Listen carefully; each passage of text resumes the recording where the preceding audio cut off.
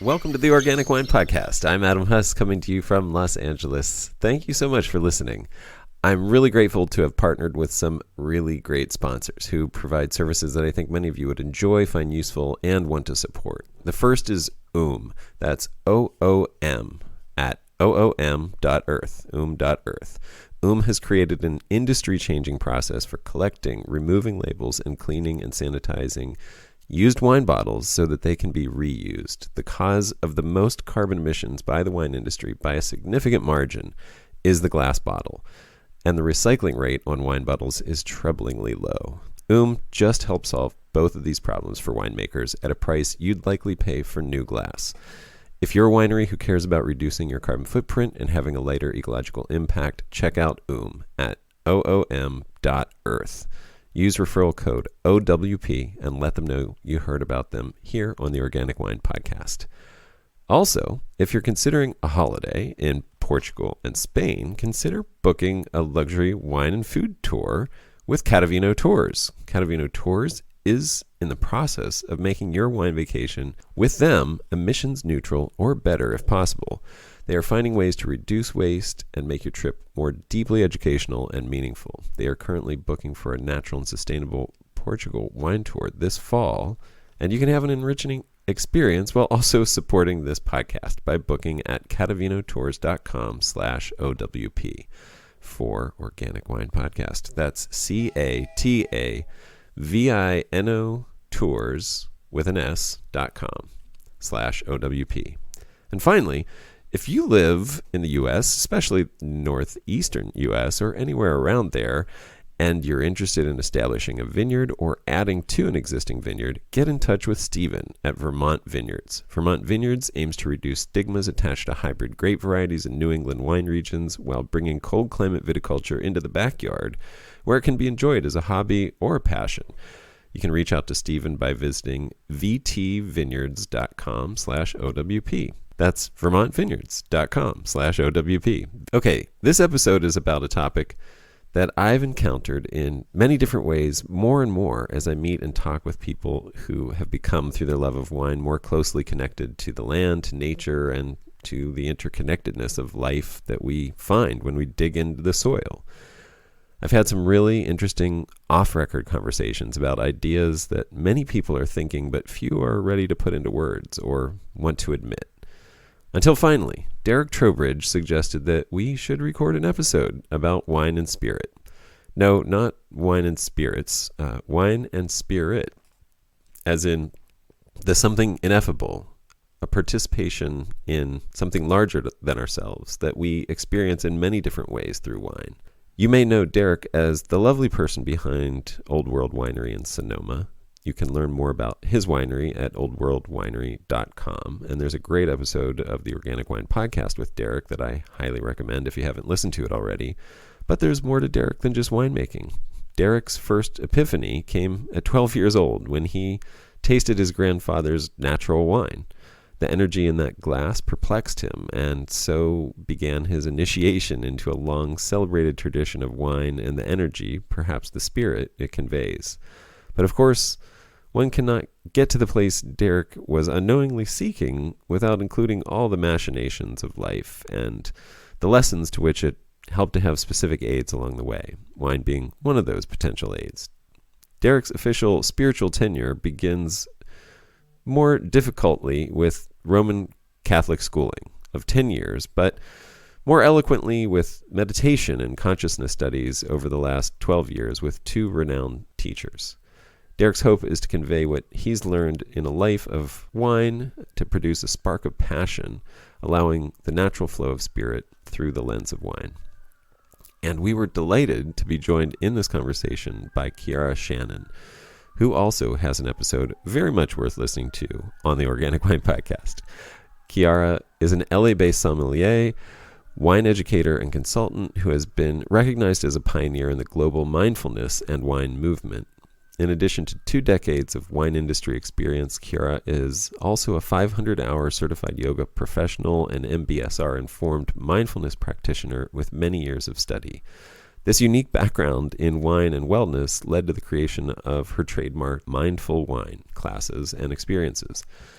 Chiara believes in wine as part of a healthy, balanced, and meaningful lifestyle, and loves to share her pleasure of wine with others. She's also continuing to study and maybe working her way towards 2 masters in wine degrees, which you can ask her about. You can find her on Instagram at the Yogi Sommelier and learn more about her work at mindfulwine.co and online at mindfulwine.co as well.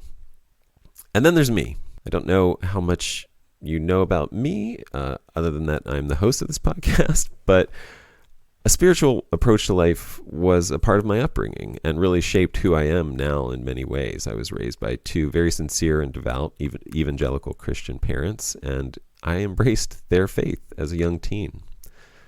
Given my love of getting on a soapbox about various hot takes on the wine industry, it may be of no surprise to you that I was preaching in churches when I was 16.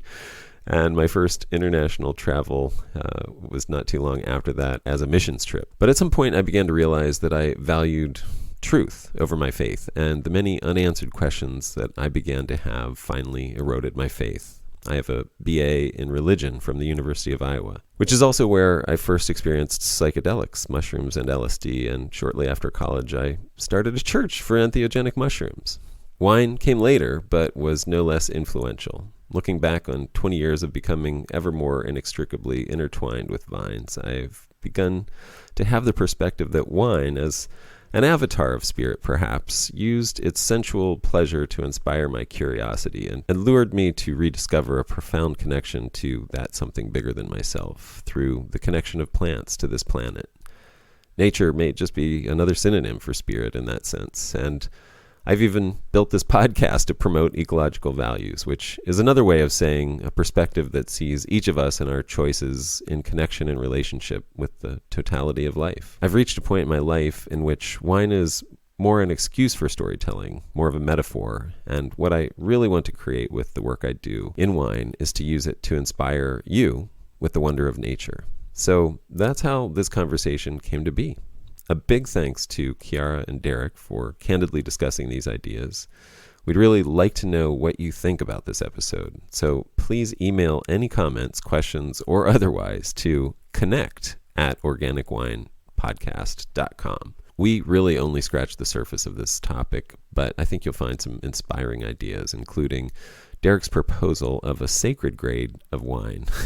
Also, quite a few books and resources to check out, a discussion of some of the as yet unmeasurable aspects of biodynamics, with a really amazing story that Darek shares about the efficacy of the 501 preparation and how he made believers of his entire Vineyard crew. And we talk in many ways about regeneration and rewilding, how these land-centered ideas are also connected to and echoed inside us, as well as how our interior lives get reflected in how we care for our land and our vines. Enjoy. I mean, I appreciate that because there's a notable ambiguity, which is also part of the attraction. It can be a lot of different things, so a lot of different people, will come. But I guess we can. No, we're recording now, so. Cool. What you just said is recorded. Okay, great. But yeah, so we all really got excited by the idea of talking about wine and spirit, and then my question that I just asked you, Darek, was like, why did we get excited by that idea? And maybe both of you have an answer for that. Well, I appreciate that. It's funny because I'm 53 now, so I see things a little bit differently than when I was 25, for instance, and and my outlook is different. My health is different, so I just have a kind of a whole kind of life change, if you will. And probably when I was younger, beginning my winemaking trajectory, I was more like, wine is a a, a sacred beverage, which it has been historically, and still believe that to be true. But the question is how and why, and that's where the the good or bad details, whatever, come up. And for me, I just realized that it wasn't necessarily a direct link to spirit. That in the end, I think actually today I realize that, wine's a nerve toxin and it hurts my gut. I got a gut issue, so I have to see it differently than I did before. Mm. And I use it sparingly, and I see it more as metaphor to spirit, and more as like something that helped me think about it earlier on, and now, I can go directly there, to different things. I don't know if that makes sense. Well, we can maybe. What was the question that you just asked, Kiara, before? Oh, That well, just, well, I totally agree. And I think that the fact that wine is powerful, it's powerful medicine, is something that isn't discussed a lot in the wine community. So it is toxic in many different ways and affects people differently and needs to be treated seriously in that capacity. But I think my other question was, more, you mentioned, Derek, that you thought differently about it as a young person, and these have now become metaphors. So what are some of the metaphors, I guess, was my question. yeah, that was it. Yeah. I wish I had a good one for you, but more is just kind of a stand in, whereas before I was like, in my day, unhappy, probably broken in spirit. Um, and that's where the problem lies, not in what's going to actually get me to spirit. And so I, was viewing wine as a direct conduit to get me there in some ways, and I don't see it that way necessarily anymore. Yeah. And so that metaphor, maybe it wasn't a good way to say it. It's just that it's not a direct link. The only direct link is me to spirit, or whatever you want to call it. However each person wants to define that for themselves, I believe is important. People get to define it for themselves, but it's not a direct link, like have this glass and you find spirit. Right. Yeah, because there's so much about context, right? I mean, there's so many aspects to wine that are, this the spiritual connection comes from the growing and the making and the sharing and all these other aspects to wine that are not just the physical beverage and the drinking of it. It's like the Yeah, whole I culture mean, that and that's surrounds it. really Yeah. sorry, Adam. No, that's go ahead. Go ahead. And that's really the rub for me, because when I started doing this, I was trying to make, what I call sacred grade wine, which is just those grapes are grown as purely as possible with the least amount of adulteration. I've even eliminated sulfur in the vineyard, mostly, and so that's first and foremost, like, honor that plant, honor the spirit that's out there in the field, and then bring that in, and not have all these cool winemaking techniques to make it one way or the other, but to try to honor it as best as I can, and then let that be the beverage. And I think that I got in a pitfall, or in a hole about that, and thought that would be something valuable to somebody. And the conversations that I just regularly had weren't about that. It's just all about, let's get it out there as cheaply as possible, and just create stuff because people just want to drink it, which is good. Yeah. But as I found last week, there's problems with alcohol. Had a guy who went on a 4-day bender with one of my work trucks, and it brought it all home in a kind of a really horrible way. And those are Wow. things that I constantly think about. That's interesting. I love the idea of sacred grade. Like, I think the USDA needs to implement that as like there's choice. There's choice, there's prime, and then there's sacred. Sacred grade. Great. I love it. We've Well, definitely changed the way we if think if about the that. USDA doesn't do it, maybe I'll do it. The Yogi Yeah, I Sommelier. love that. I'll just declare it. I'll declare it sacred grade. That would be killer. I mean, it's like kosher. Someone's got to be there. Yeah, that's right. Has to That's be on its right. way. I am good. Actually, you know what? I'm gonna start using that phrase out there. That's Just so like I'm good. gonna That is so good. start populating it in the conversation. Me too. I like that because I think it does speak to, I think that there is an aspect of wine consumption and wine sharing that, Derek, as you mentioned, has been celebrated for thousands of years. So as sacred. And so we're kind of caught in between these. There's like a tension between what happens when you drink wine and its effects on us, and also, and there are positive and negative sides. I think, we're always inclined to want a simple solution to things, but the world doesn't work that way. Nature always has a duality to it. Mm. And I think there's something sacred within the balancing act, right? Yeah. Navigating through the mess. And so I think, people can have sacred wine experiences with sacred grade wines, but I do think people have very sacred and meaningful experiences with what someone might say are like commodity wines. And so it's interesting to speculate on like where Mm. exactly is the spirit, right? Yeah. Mm. Oh my God. Well, I mean, you inspired me to answer that question of like why I got excited about this topic, if that's okay, if I can jump in, which Please. is the idea that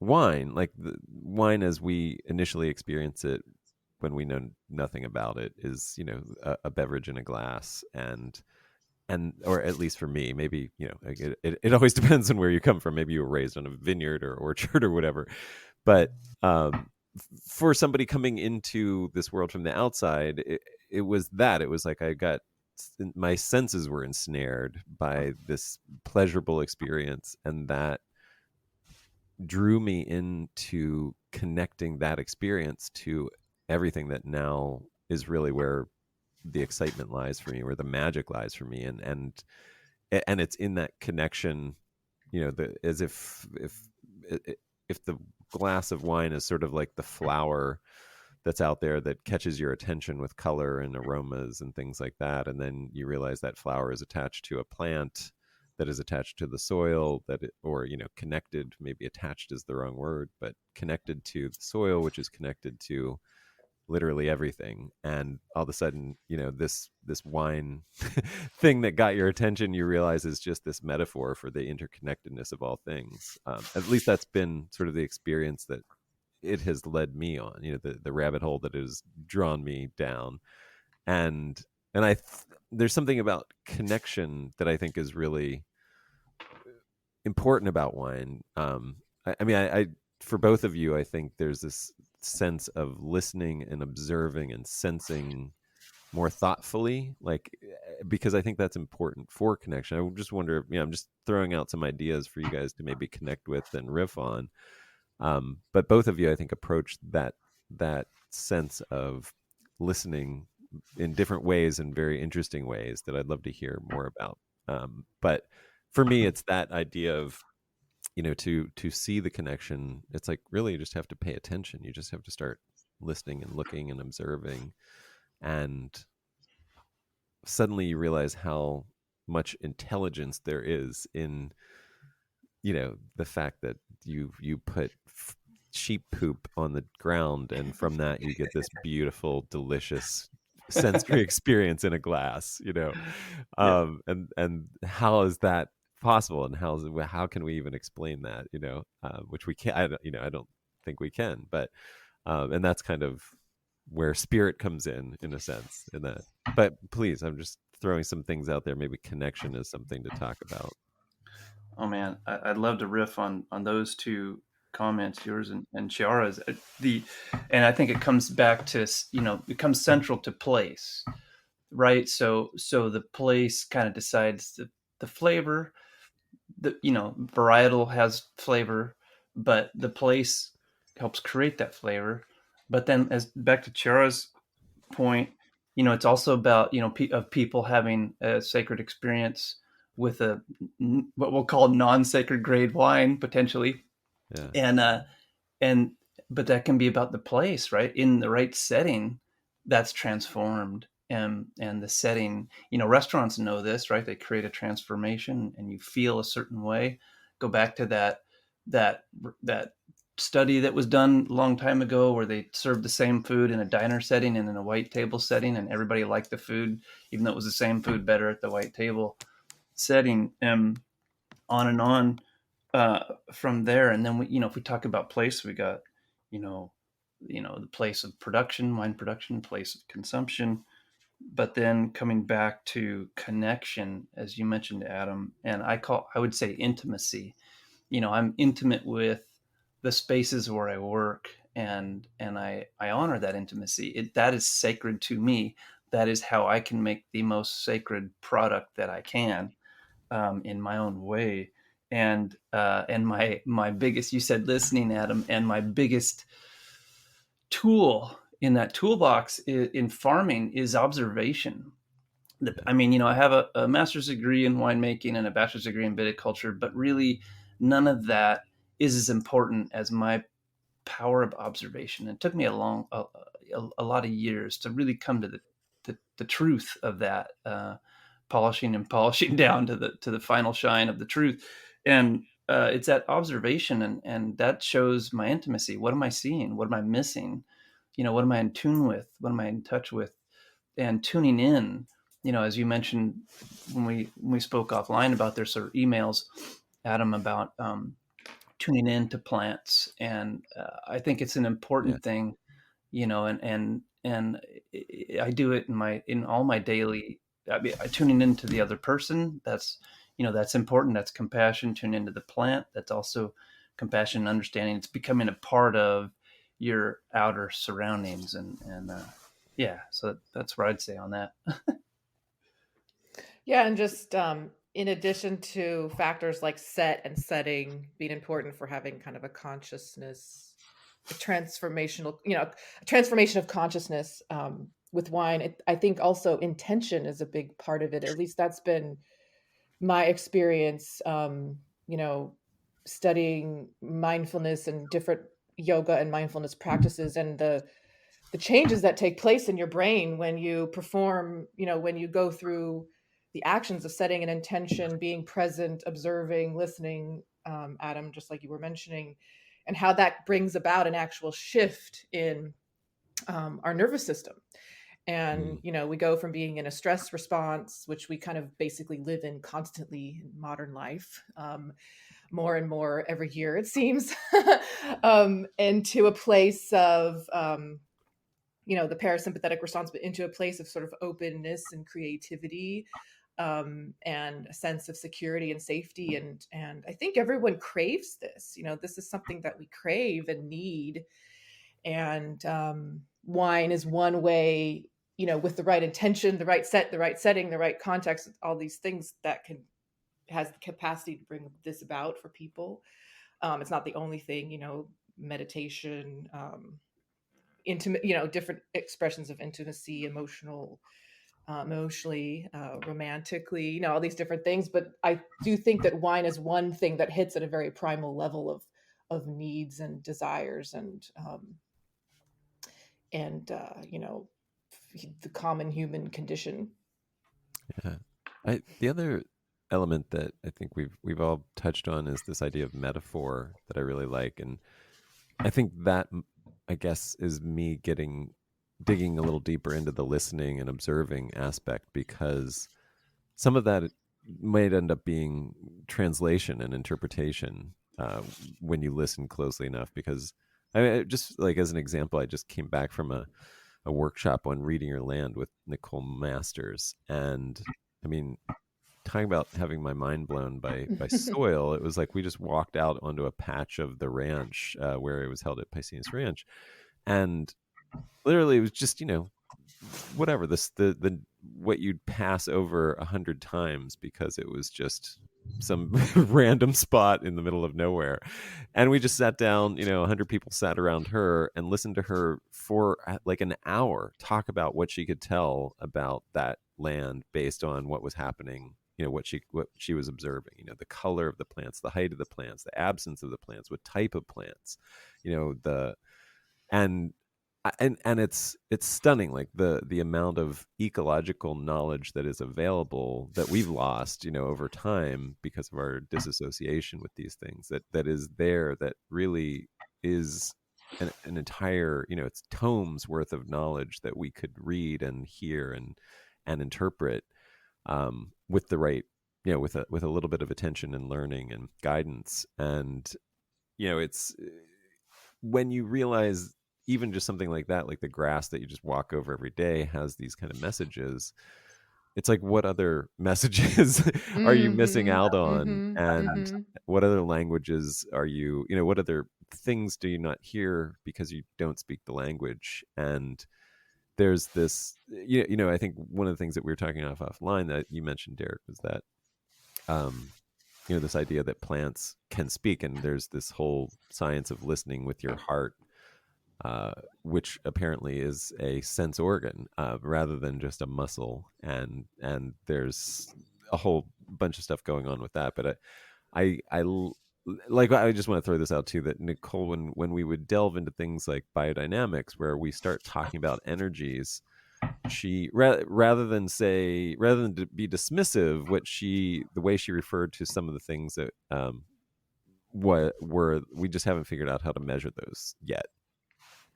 And I thought that was a very open way, a very cool way to talk about things, that a very humble way to talk about things that you don't understand, or that you would otherwise be dismissive of because it doesn't fit into a reductive science model. It's like, it's not necessarily bullshit. It just might be that we aren't smart enough yet, We don't have the tools to observe at Right, that subtle of a right, level. I mean, the same arguments, or the same has been proven with how meditation works. For example, now we right. have the ability and the technology to observe brain waves and notice what's going on. But before that, it was just, well, the proof is in the pudding. You either believe it or you don't. It was just sort of evidence based, woo woo or whatever. But now it's we can observe, and I think there's so much yet to observe that we can't observe happening, in the soil or in the at the very, very micro biological level. I mean, there's just so much that we don't know, Yeah. can't observe, that's happening. I mean, yeah, I was going to say something else, but I got I got down that rabbit hole. Sorry. But oh yeah, I know what I was going to say. So, like, before we started recording, I was telling you about my personal Super Bowl that I had, where I just spent the entire day in the garden. Yeah. And I live in Los Angeles. It's an urban area, but we do have a little bit of a yard, and it always amazes me, even, it's one thing, I visit vineyards and I learn about the farming and biodynamics and all this stuff, and it's really, mind blowing and amazing to experience. But even by spending a few hours in my backyard, I'm blown away by what I can observe going on just in my backyard. When I stopped to pay attention, I had a fungal, I had a big mushroom outbreak in a corner, and then I noticed that there was this spread going on, and I observed a colony of finches in a tree that I hadn't seen before. It's just amazing what you can observe when you pay attention. And our power, Mm. we have so much capacity to observe that we don't use, so Yeah. just got to take the time to pay attention. Oh yeah, and we got to realize too that it was only, I don't even think it was 20. Well, maybe it's been like 23 years since Dr. Elaine Ingram, coined the term the soil food web. I mean, that seems obvious now, but it's like 20 years ago. Before that, nobody was talking about soil being alive and Right. what that meant. And so I think it's brilliant, to say, we can't measure something yet. But it also gets to the point of my split with science, even though I consider myself a scientist. I've had several splits in my life. One was with, spirit. We can get into that later, growing up in Roman Catholic school. But the other was with science, when I was getting a master's degree working in science, and I was disenfranchised by what you could not say. Okay, you could only state in the articles that we were writing and stuff like that, you could only state, we could actually prove through statistics, but you couldn't state other observations. And what we're talking about here is the most important thing is the observations. Mm-hmm. And that was where I was just like, well, I'm doing a right turn here, because that's not where my brain is, even though that's important. But it's not the only important thing. And so So I've actually come a long way from wanting to measure things, and even the peasant wisdom, that Rudolf Steiner gathered for biodynamics was common knowledge in the old days of the planets. I mean, the planets um, have energies that align with certain plants and parts of human organs. It's really just really interesting to read. There's a book, Culture and Horticulture, by Wolf Storrell, Stohrl, I think. Anyway, um, that explains those kind of things, and I think they're fascinating, but we still couldn't measure it. So it's tricky. It's like a tricky place to be, but it's certainly a good um, thing to know if you're talking about science or not science. Or what we typically the pocket or the folder that we put science in. Right. I mean, and I just want to clarify, when we were talking about these things, I think it was within the context where Nicole at this workshop said, we don't have a way to measure that yet. It was within the context of we have seen observed changes because of our actions, taking these actions. We just don't know why those changes are like, so it's not like just woo woo believe something that isn't founded on anything. It's like we've Right. seen something happen because of these actions taken, whether it's like a silica spray or whatever it is. Right. But we just don't know why exactly. Like, we know what's happening, we can quantify even what is happening, we just can't quantify the why. Yeah, I could share. Sorry, I could Yeah, share go for it. a quick story about proof and measurement Yeah. that I think I shared when I saw you last, Adam. But I'll be quick because I know Chiara may have more to add. But so I took over about 23, 4, 5 years ago, whatever. I like in the late '90s, I took over management of a vineyard operation. I was farming about 115 acres of grapes, and I turned it into biodynamic from conventional. And my crew was never along the ride with me. They were just like, "Where's the white suits? Where's the toxic shit? Like, come on, you're not doing Yeah. anything here." And poor Eligio, one of my tractor drivers, he had to cover for another guy and do the morning spray as well. 501 is the morning spray, and he hadn't done it before this. And anyway, I do my stirring, get him spraying, and that happens early in the morning. And go back, take a nap, and I get a call from the ag commissioner. And Eligio had gone to the hospital with a huge rash and said he was spraying something. And so the ag commissioner came right on over to meet with me with Eligio. That was not fun. And anyway, his rash was so bad that the punchline is, his rash went from his elbows to his knees. It was amazing how thick and bad it was. And I asked him, have you ever been, for some reason, I don't know why I thought to ask this, but have you ever had to leave a job? And he said, yeah. And I said, what'd you do? He said, it's construction. I said, what kind of construction? Insulation. And I said, what happened? He said, well, I'd get this bad rash. Well, insulation's 100% silica. So he has a silica allergy. And, this little tiny, part of a teaspoon in, 50 gallons of water had a pretty significant effect on him. And Wow. Nonetheless, the crew, they were all believers after that point. There you go. That's It's amazing. crazy. Yeah. I mean, yeah, that's funny. I don't know if you guys know Greg Pennyroyal, but he was actually at this workshop too, which is why he's on my mind. But he did a great podcast with on the Regenerative Agriculture podcast with John Kempf, and highly recommend anybody check that out, because he's a viticulturalist, a very, very knowledgeable viticulturalist. But he's done a lot of work with.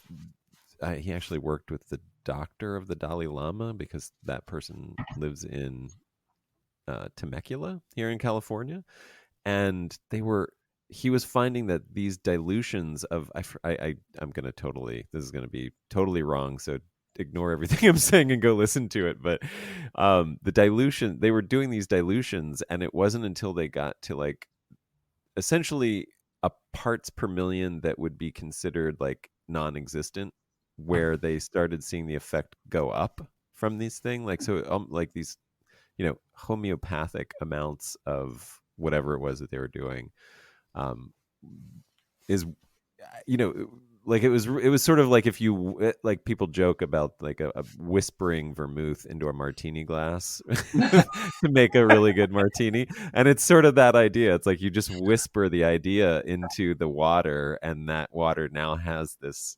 it changes the energy of the water to the point that you actually see an efficacious result from it.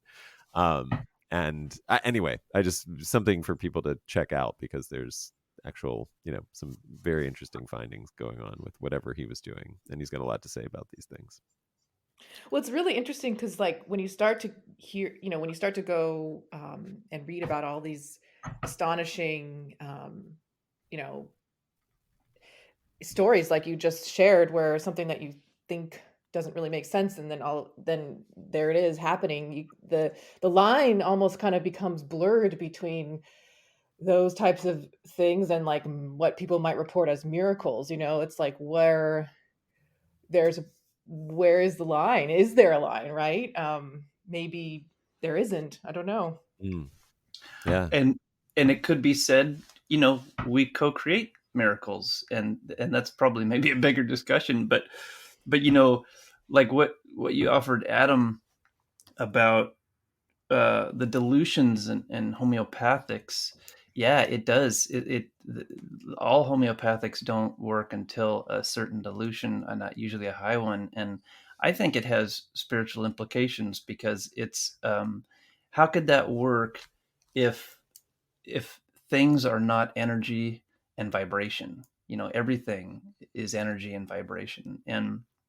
But if you're talking about stuff we can't see, how does it work? Well, there's a background. There's got to be a background energy that drives it. What would that be? I couldn't imagine it's anything but spirit. What else could it be? If it's like a one energy that is in everything, comes out of everything, and is behind everything.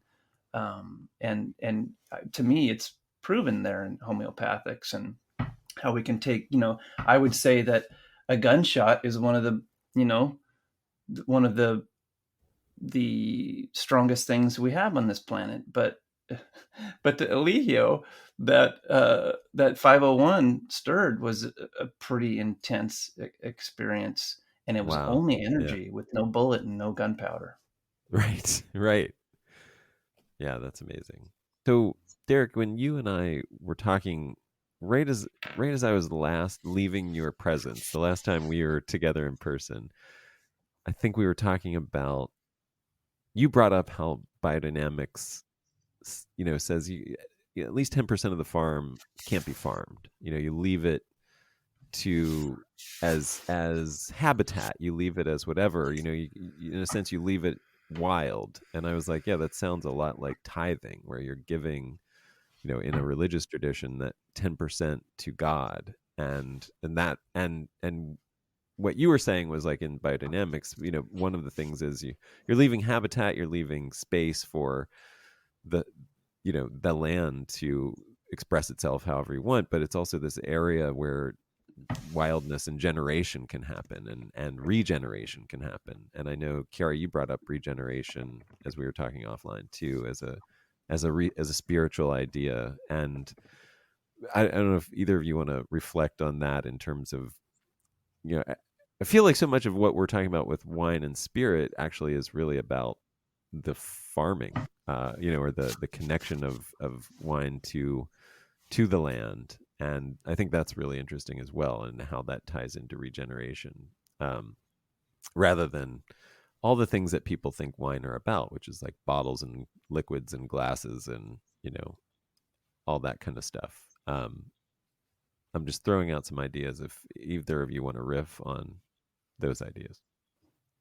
Well, I think that when, like, us working in the wine industry, for us, at least, my path has been, the more I learn about wine, the deeper I get into it, the path has led me to seeing the spirit in wine be more located in, like, place and land and regeneration. But I do think that there is a connection or a through line between the land and like how many people experience wine. Like I mentioned in the beginning, there is a spiritual, the spirit is present there too. Like we can't separate, it's not like we just, us knowing about wine and being connected to the land have a privileged access to spirit. I think anyone who feels moved or transformed or uplifted or has any type of consciousness shift when they experience wine is, the spirit or the spiritual experience of wine is available. Think about people just not putting much thought into wine, but celebrating at weddings or whenever the occasion might be. So I do think when I think about regeneration, I think it's a multi-layered concept, right? But I think it's all telling the same story. The regeneration of land and the actions that we take there. We can take a similar approach to the regeneration of our own selves and our own spirit, and then we can also examine the regeneration of sort of cultural spirit or the spirit at large in similar ways. But yeah, I kind of think of them side by side, or at least simultaneously. I oftentimes consider the situations that I observe in nature and think about how that is at play in my own being, and what I might be able to learn. Yeah, I love that. For me, you started out with rewilding, Adam, and it's or not rewilding in particular, and sometimes we call it rewilding when there was a farm or something that's going back to being wild, and it happens on biodynamic farms too. And that component, because if you think about it, we're changing nature, right? We're creating this farm and it's feeding us, and that's doing good. But for nature, that's not always the best way. It's not the most efficient use of all the sunlight. Anytime sunlight hits the ground is a waste of energy in nature's view. So, the things that we do are fairly wasteful, but we do it to feed ourselves. And so that idea of leaving a part wild, I always liked that idea, because there isn't, there's regeneration and there's also generation. And, when you have a little component on a farm where it stays wild, new things get generated there. It's always in transition. It's the natural path. And you just take the grapevine, for instance. We've been growing the same grapevines for several thousand years, and that DNA is pretty limited. And so, if we wanted to select some new vines, for instance, in new climates, then we would have to do quite a bit of work, because we're all working with a very limited supply of, vinifera vines from Europe. And so how do we leave a spot for some new genetics to be improving and working if we're not growing other things, which to most farmers don't have, economic value, so they're not going to grow those things. So I plant, some of the seeds that have grown on my property of grapevines, and just to see, what they'll do. They're not always they don't always work out so well, but just to allow, again, that wilding part, that generation part. But the regeneration, Shara, you implicated earlier that the regeneration, not on the podcast here, but when we were communicating with each other, that it implies an injury, and I agree. I think that when farming is a pretty violent act, actually, if you think about what was there and what it looks like after the original. And we start at 6% organic matter and go down to 0.05% organic matter in many places, which changes the whole soil microbiological life, and could be said to be creating a desert. And so that needs to be regenerated. And same with ourselves. If we have a split with spirit, something happens, earlier in life. Then we give up on, spirit, which to most people in this country looks like church on Sunday or synagogue on Saturday. There's more than that. It's not just limited to that experience. There's more that people can do on their own, as Chiara mentioned, with meditation and whatnot. And I think it's important. And that's, so that's regeneration of the self. There was a quote in a book called Seven Circles, which is a pretty good kind of self-help book written by two indigenous people, Chelsea Luger among them. And she says, people who are anchored in spirituality are resilient, able to weather the storms that life inevitably brings. And I feel that that's true for myself and for my farms. I have to bring that resiliency. We're farming in drought and flood and really not much in between. And so I've got to create this resiliency through soil life, and same with myself, resiliency through sort of a spiritual life or a spark of one. It's not that it has to be something, potentially just a beginning of something. So I like that word regeneration a lot there, but there's a lot to unpack with it. Yeah, I was just thinking about the concept, of leaving part of the land alone, to do it, not farming it as part of a regenerative approach. And when I think about that and sort of apply that to, our being or our thoughts, there is a lot of evidence out there to support the idea of like the wisdom in doing nothing, and how the brain actually needs to unplug or disengage from, what we might call just sort of critical thinking, in order to regenerate. It's kind of where like creativity comes in, and where,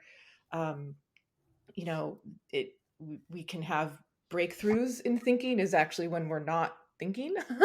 And there's a lot of evidence behind that in stories. I think I remember reading or hearing that that's how, Einstein came up with some of his theories, was while he was playing the violin. So like not actively thinking about the problem.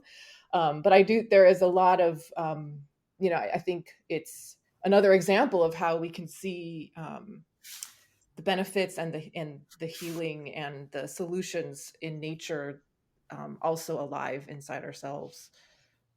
And I think more and more today, the modern life pressures us to be doing.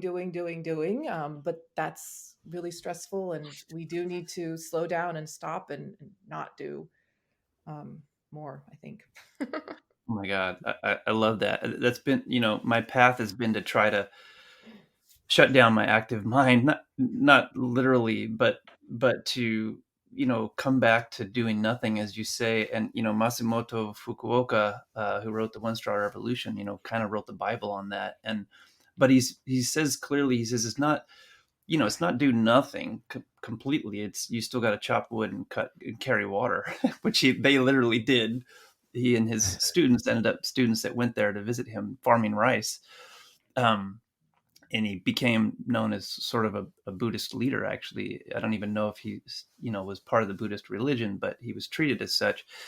It's such an important reminder to the self, for myself, that I, that there are those moments in my day. I wish it was 10%. It's probably not, when I just do nothing, space out, enjoy the shade, but my to-do list is big, and I'm typically trying to bust through it and catch myself and go, oh shit, I got to turn around and be calm here for the moment. And that's hard to do in this culture. And you got rent, whatever, you always got to make. So it creates a grind that is really the antithesis of spiritual development. I think kind of it's easy. Wine is a very complex topic, but it can also be a very simple topic. And I think that in some ways that's the very simple attraction or perhaps benefit of wine, is that it's fairly readily available to many people around the world. It's a simple action. You buy the bottle, you don't have to cook it, you don't have to do anything. You can open it up and you can have sort of a moment of peace, sitting there enjoying the wine. It came from nature at some point. It may not be sacred quality, but I think it's a way. It can offer a way for people to disconnect and connect to something else. And I think that's really kind of the simple pleasure of it and simple promise, without getting so complicated. It does offer that. And that's something that I always try to orient my intention around when I'm enjoying wine, because I do agree, like we brought up in the beginning, it's powerful medicine. Um, it can create problems. So you have to be really mindful about how you're drinking wine and what you're connecting to and how you're being.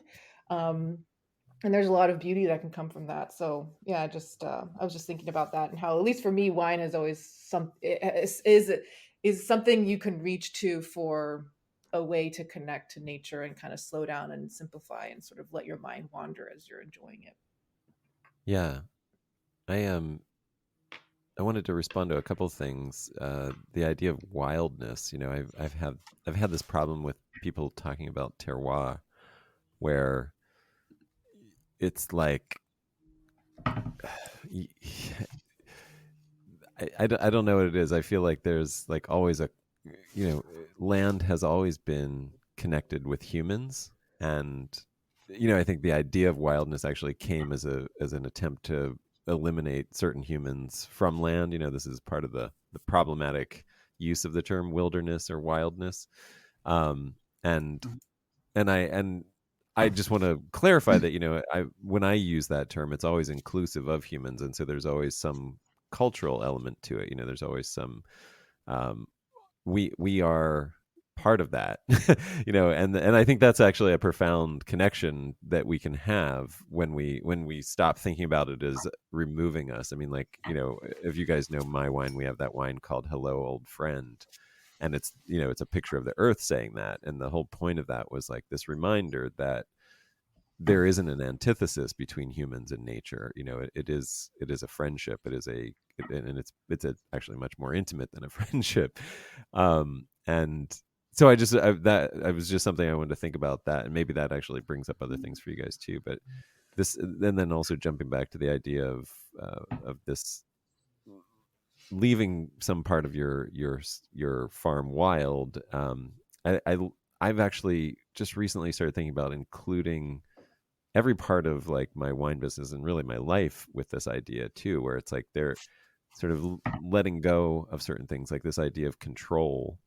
I think is what that's tied to, and it sometimes that means saying yes to things. Leaving 10% of your world to say yes to something that you don't know the outcome of, and maybe it's letting there be 10% of your world be questions that are unanswered, where you're asking, I wonder, and what if, and what about this, and that opens the space for you to grow, for your business to grow, if you're in the wine business, for your wine to develop in different ways, for you to learn, for your farm to change and expand and become something more than it was, because you didn't have a certainty, a sense of control over that aspect.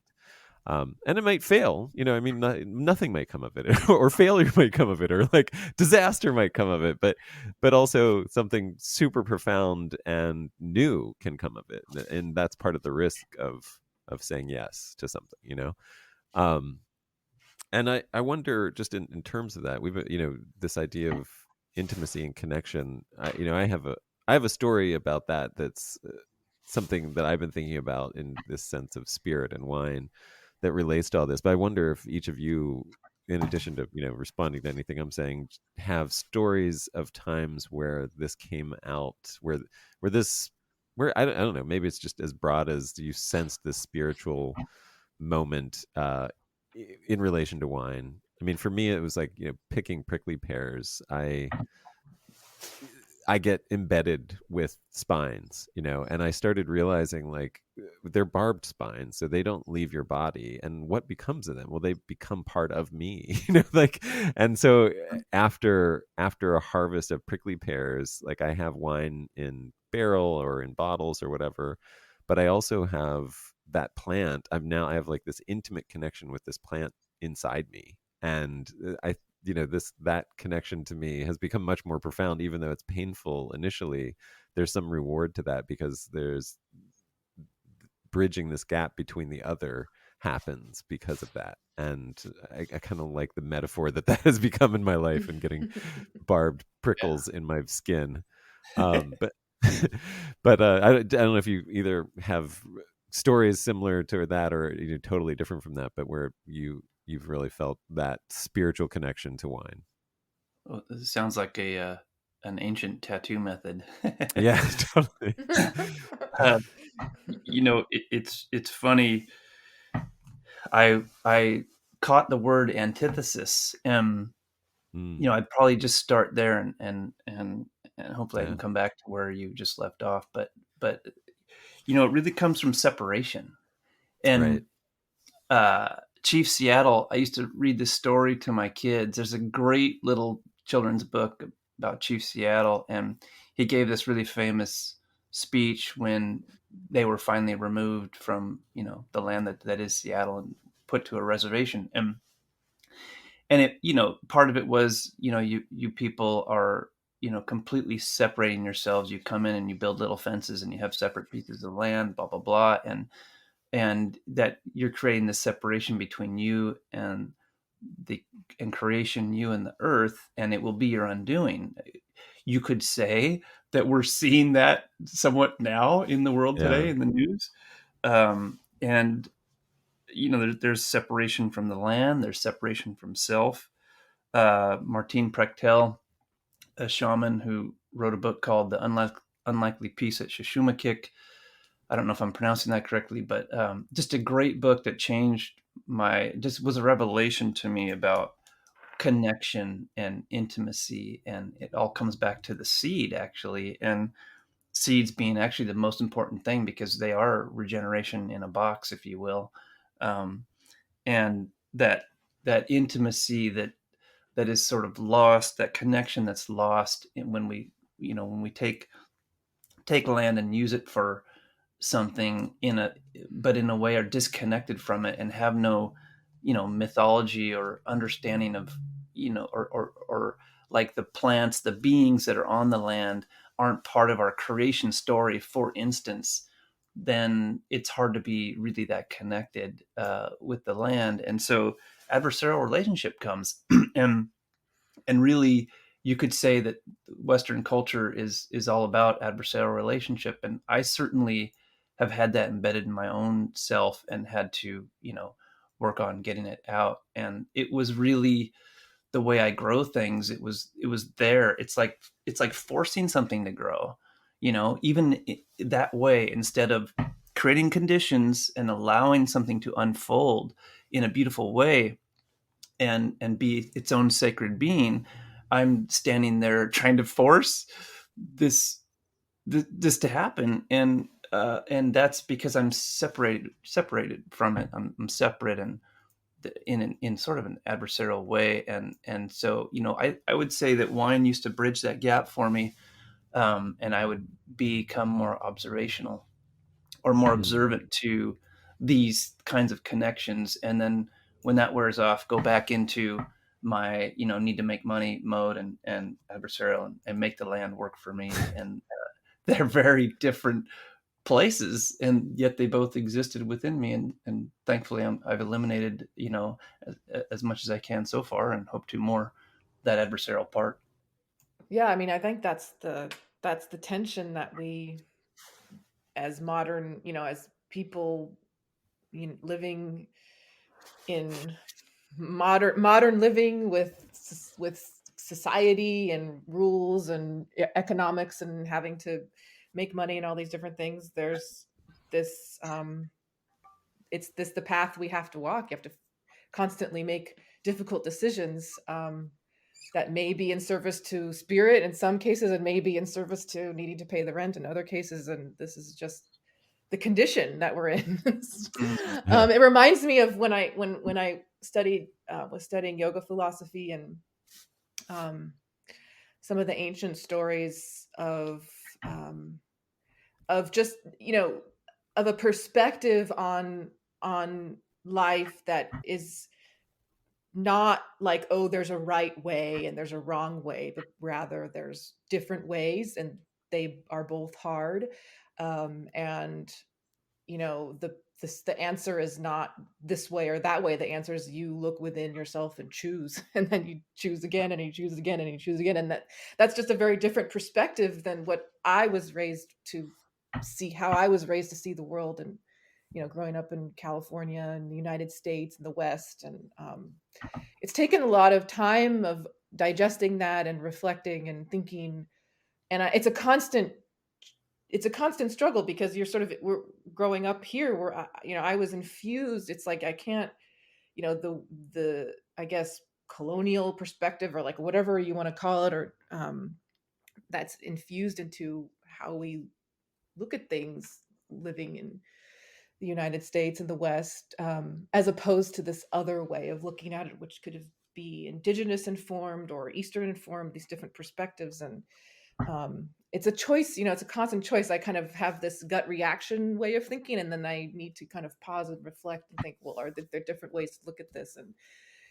And yeah, I feel like I'm kind of going down a path, but I just wanted to remark that I think it's a constant, and it's a constant tension. And wouldn't it be great if we didn't have to think about all of these things, but we do. Yeah. Yeah, I almost said reality keeps dragging us back to earth, but Yes. I'm hesitant to like use the word reality, because I know that it's like you said, there's much more to it than just one. It's not just negative, reality is everything. Well, Adam, I think you mentioned earlier, where it was mentioned, just sort of concept of separation, and some practices that bring you back to feeling kind of one or connected. And I think that ancient wisdom, again, is sort of many different disciplines and practices that have been designed and created and taught over time to sort of relieve us of the pain and suffering of that living in the world has for humans. And farming is actually one, being in nature, at least for me, gardening or connecting with the soil and planting seeds. I think, a spiritual moment, I've always had some profound moments with nature. I remember I was going through a really hard time when I was in junior high, for example. And I don't know if I did this intentionally, but I was alone. I didn't have anything, I didn't really have any friends to hang out with after school during this one period of time. And so I just planted some seeds, some sunflowers in the garden, and I just watched them grow. And it was very healing, I have to say. And still to this day, I think when I'm feeling like I'm having a crisis of spirit, I am drawn to nature, and I spend time outside. And there is so much, it's just really, in a way, kind of healing, just to even be reminded that the world is bigger than you and your problems. And I don't know, I think for me, I have had spiritual moments like that with nature, and I've also had similar types of spiritual moments with wine, where I'm in a place with people, whether in a foreign country or here in my backyard. We have amazing wine, California. Just the feeling so profoundly connected, connected to the place, connected to the people, connected to the moment, catalyzed by wine. And it has spiritual feelings for spiritual meaning to me. Derek, do you have a story that you'd like to share, or just something like Well, that? I was just thinking about, Chiara, when you said, profound moments in nature and healing, planting seeds. I was just thinking about the garden therapy programs, the many, especially for veterans, and which it appears that really garden therapy and LSD or mushrooms are typically all that they're finding is helping, Mm-hmm. veterans coming back with trauma. Mm-hmm. Those two kind of choices, and certainly, gardening you can spend more time at, and it has just that beautiful kind of feeling, that connection. You're there, you're standing in the middle of the connection, and when it's all working, it's magic. Like my gardens here, I don't get to actually do as much of the work anymore as I like to, but the thought process and all that is mine, and the timing, and I just love to see it unfold. You see those plants spring up, and when you're invested in them and you eat them, and it's like a regular thing, and I'm thinking about you know getting that inside my body, and watching it, but also the miracle of it growing, and just seeing it happen daily. It's really a beautiful thing to be a part of it. I agree. It's a spiritual experience. It's a moment, and wine does the same thing. And there's like an unfolding about the thing that you observe and being a part of it, and that has this beautiful spiritual component, and I love it. Gardening is such a healing tool, and I'd like to spend even more time at it. Yeah, this reminds me of, there are so much healing that can occur psychologically through like simple actions of the body. It's kind of the foundation of practicing yoga. I mean, you don't practice, the word practice yoga. You're not, the purpose of practicing yoga on the yoga mat is not to get good at doing yoga, right? It's to be good at dealing with life. And so the way that the mat and you are, it's almost just sort of a simulation, let's say. And it makes me think too about, I have found that I have been able to pull through or sort of move through psychological blocks by doing a parallel action in nature. So I like to collect things. I accumulate a lot of stuff. You could say I have a lot of baggage, but I find that right now, especially this time of year, when I spend a lot of time out in the garden pruning stuff, like pruning trees, pruning branches, pruning the rose bushes, all this stuff, I am much better able to get rid of stuff. Like after I spend a long day of pruning, I can go into the garage and just like haul boxes out and take them away. And it's kind of remarkable how that works. And I think there is a psychological or a psychotherapy explanation for that. But it also reminds me, I've gone on pilgrimage. I spent 33 days walking from essentially the French Alps to the west coast of Spain. Kiara just wanted to mention that she meant to say the Pyrenees, not the Alps. And it's a famous historical pilgrimage called the Camino de Santiago de Compostela. And I'm not a religious person, and I'm certainly not Catholic, and this is a pilgrimage is Catholic in origin, but it's non-denominational. Of course, people from all over the world do it for different reasons, but there is just simply something extremely healing about walking every day. I mean, just getting up, putting on your shoes, feeling the dirt beneath you, and just simply walking and being in nature. I mean, so if you think about pilgrimage, it's a big idea, but it's also a very simple idea. I think that probably if we don't have, maybe we don't have the tools yet to observe this, but I would hedge a bet that a huge portion of the spiritual healing that occurs when someone goes on pilgrimage, if any occurs at all, is simply because of the walking every day, and then being in nature, and letting the shift occur slowly over that. So I think, that's what I have to say about that. Yeah. I mean, walking's so healing, but you said pruning, and I love pruning. That I really stuck with that. It's actually one of my favorite activities. I know that probably sounds weird to most people, but I love it most because people who have done it for hours at a time, maybe. Yeah, that's right. Right. It's such a combination of all the things that I know and do. That's the one act that I, do at this time of year, especially.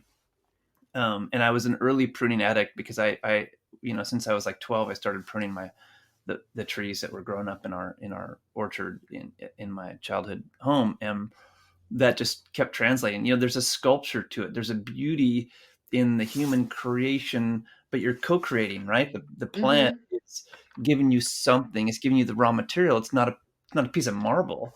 It's a living thing. And then, after you do this removal process, right? So there's a whole removal process about what's not serving the plant any longer. Yes, it could live without being pruned, but that pruning is that focus. You're focusing its energy for the next year, and that focus requires an understanding, requires observation. We spoke about earlier, looking at what did it do last year. I got to think about that when I'm pruning, and then what do I want this year out of it. But in grapevines, I'm always thinking 2 years ahead. So this coming year will be my fruiting choice, but the canes that I lay down will affect the following year. And so I have to have that. So there's actually 3 years in my brain at any given time when I'm pruning, especially grapevines.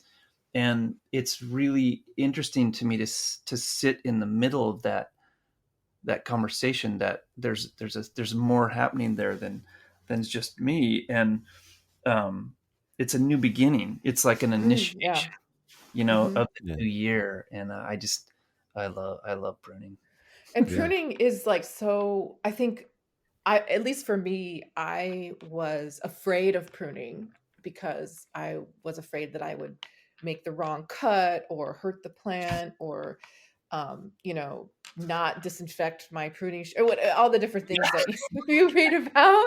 Um, but once you kind of get started and get past that fear, it's really all, it's miraculous, frankly, how you can cut off a branch and then a new bud grows, or you can shape it in this way and it gets cut off and then new growth emerges. And I think for if we're kind of mapping that onto like the spiritual experience, this is how spiritual regeneration occurs. Like a trauma Mhm. happens, and um, you have to do the work to let things go, and guess what, new things come up. There's new growth that happens, and there's a new day. And at least for me, these my relationship with nature has taught me so much and helped me through really difficult times. And I think that there's just,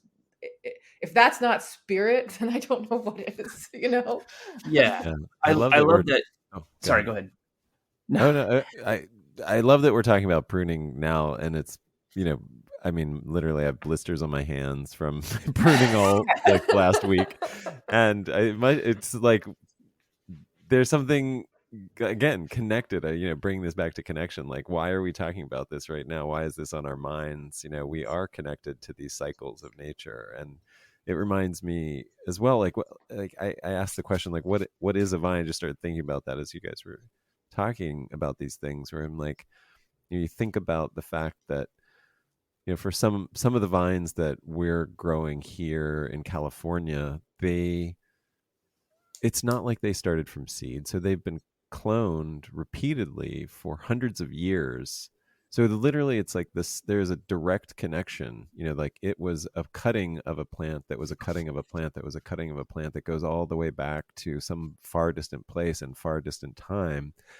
And then so what is a vine? Like I almost think of like the things that we think of as nouns, like vines and wine, or should actually be verbs, because they're actually this expression of a infinite number of complex relationships that we can't fully grasp at any one time in any one thought, and they're expressing themselves continually. It's sort of like that, the same person can never step into the same river twice, because you're a different person and it's a different river. And it's that idea of like these things are verbs that we think of as nouns, and it's that I don't know, this is where my mind goes with the metaphor for these things and what pruning makes me think of.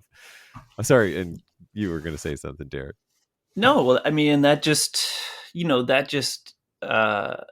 shows that intimacy. Right. Once you Hmm. that observation through understanding, you start to see that we have overly simplistic ways of talking about things in our language, because that's necessary for communication, but it's not it doesn't fully define anything necessarily, it's interesting how there's words in Sanskrit. There's much more communication in Sanskrit about healing and self-awareness and the human conundrum than we have in Western Hmm. culture, because we're not focused on that. It's just whatever you focus on is what the language comes to, right? And the the I put down, like relationship with nature. When you were talking about that Shiara, um, there's relationship, right relationship. It comes from, so you're pruning that plant, and you're like, this is an example. I thought it was a perfect example of everything we're talking about. So you come up to this plant, you prune it for the first time, right? So there's all this fear. I mean, if you're a caring person, maybe you're going to have a little bit of fear of screwing it up, Yeah. and so you show up with that, and that right there shows the disconnect right there. Bam, you don't know anything about this plant. There hasn't been much previous observation. So now you're learning. And so if we acknowledge that disconnect, then we can let go of the fear and go, it's going to live no matter what. Let's see what happens. I'm going to learn. Hmm. And then as the years go, you become a master pruner because you know the plant so well and you're paying attention. And to me, I think it's the same for the self. Like I realized after doing some work on myself that I didn't know myself that well, and I'd been outwardly motivated, outwardly focused, and my language was more about getting something, not about going within and having some understanding. And I had to, start I think a meditation practice is really good for that. It's, like when we're communing with a plant, when we're standing there figuring out how to prune it, and then we view it over the seasons, and then we understand better each year. That's a meditation. That's Hmm. a communication. And for me, I had to do that with myself so I Hmm. can understand what is my viewpoint. Like, I don't even know what I want half this time because I've been trying to, get approval or whatever it is that I've been wanting from the outside status.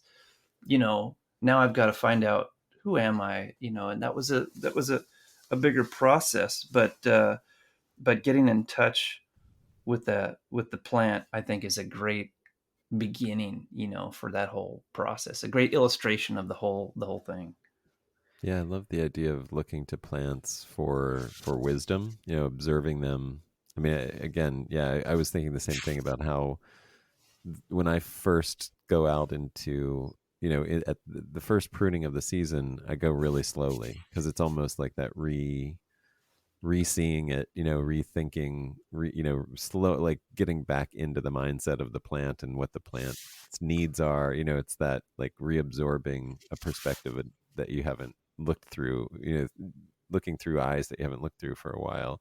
And it also becomes meditative. It becomes very thoughtful and mindful. I think, to use Kiara's words, and and uh, shoot, and then you just made me think of something else about looking to the plant for wisdom. I just there's so many lessons. Like, I mean, one of the ones that I love is just knowing, we've discovered how much plants actually give to the soil, that they're using 20 to 30% of their energy to feed the microbiome of the soil. And what would that look like if we applied that to our own lives? If we emulated these beings that have figured out how to survive for 65 million years or more, those of us who have been around here for a fraction of that, a blip of that time, might we might do a little better to think about maybe how did they figure out how to survive for so long. um anyway, these are some thoughts That that is I have great. while pruning. Yeah, that should be on a banner somewhere. Somehow, you know, I just love it.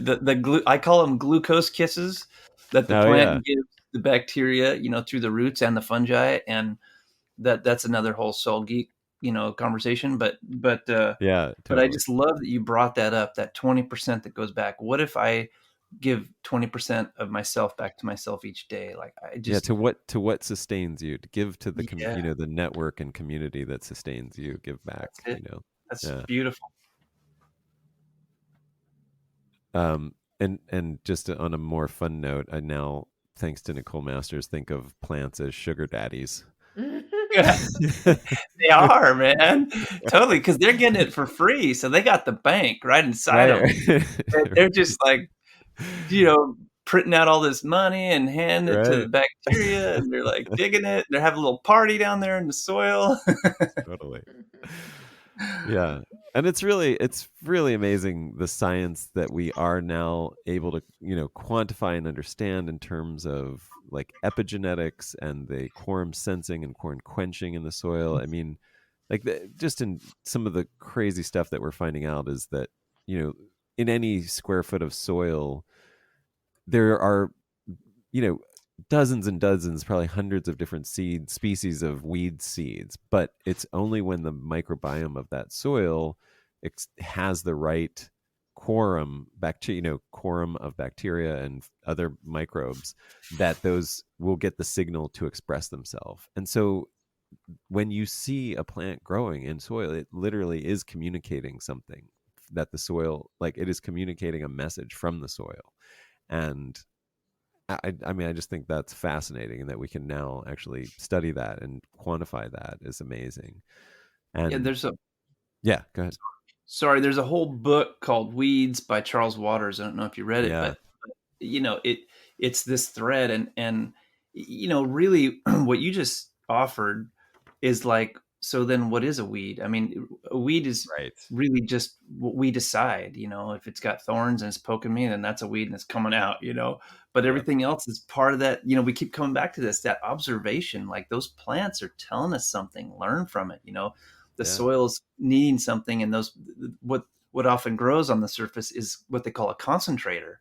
So it's concentrating those things that the soil needs, so that it can grow past that moment, right? And then you see a natural change.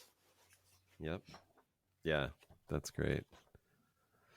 Kiara, do you have any closing thoughts? I have a lot of thoughts. It's trying to wrangle one down and articulate it. That's the challenge. No, I mean, I love this idea. I love thinking about, I was just, as you both were speaking, I was thinking about wine as a beverage that is sort of the summation of all of this. We've talked about the intimacy that the wine grower has with the vine, with the intimacy that the vine itself has with the soil, the microbiology, and the sunlight and the air, and then the farmer and the winemaker. I mean, it's just such an act of love, really. I mean, it's it's densely packed with so much, energy on different levels, spiritual energy, actual energy, and this very powerful. I was just saying, there's like, you could say the calories and all these different things, whatever, but there's that. And then there's the spiritual energy that it's imbued with, and sort of the love and the passing on, and the layers of time, like as Darek was saying, when he's pruning, he's thinking about 3 different years and probably more, so as a beverage is really amazing in that way, I think, and different from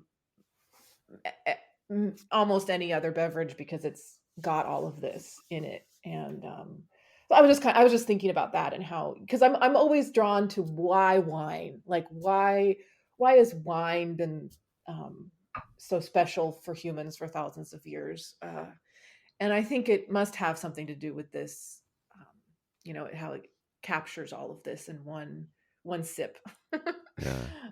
So that was where my thoughts were just now. Love that. I love that. Darek, do you have any parting shots? Just, I love wine. Why wine? And I just think that thankfully we're all here. I don't know where else this kind of conversation's happening. Adam, I imagine you'll hear from some feedback on whether your listenership likes it or whatever. And I just I think that as wine drinkers, there is a tendency, more so than perhaps with other beverages. I mean, I don't want to say better or less than, but for some reason, this conversation happens for people around wine. And that's why I just thank you, Adam, for opening up your floor today for, this conversation to reach, a bigger audience and to see what it may lead to and how it unfolds. And, wine is at the center of it. And, here we are, 3 wine aficionados in our own ways, and also gardeners. And but talking about spirit, what a beautiful, way to complete and conversation to have. And there's so much more. Yeah, thank you both. I appreciate that. Thanks so much for listening. I hope you enjoyed that as much as I did. And if you did and would like to support this podcast, please do. There is a Patreon link in the show notes where you can subscribe with a monthly, very low subscription to add monetary support, or please subscribe on your feed, wherever you listen to this podcast. Subscribe and follow this podcast so that you will automatically download it when each new episode comes out. That's one of the few metrics that we can measure to see the support and listenership of this. And otherwise, if you're already listening, subscribe, supporting, whatever, just a long-time listener, haven't done anything, please do a review. If you would, any positive review with 5 stars and a nice word is fantastic and helpful, and really improves the algorithmic performance of this podcast. So thank you so much.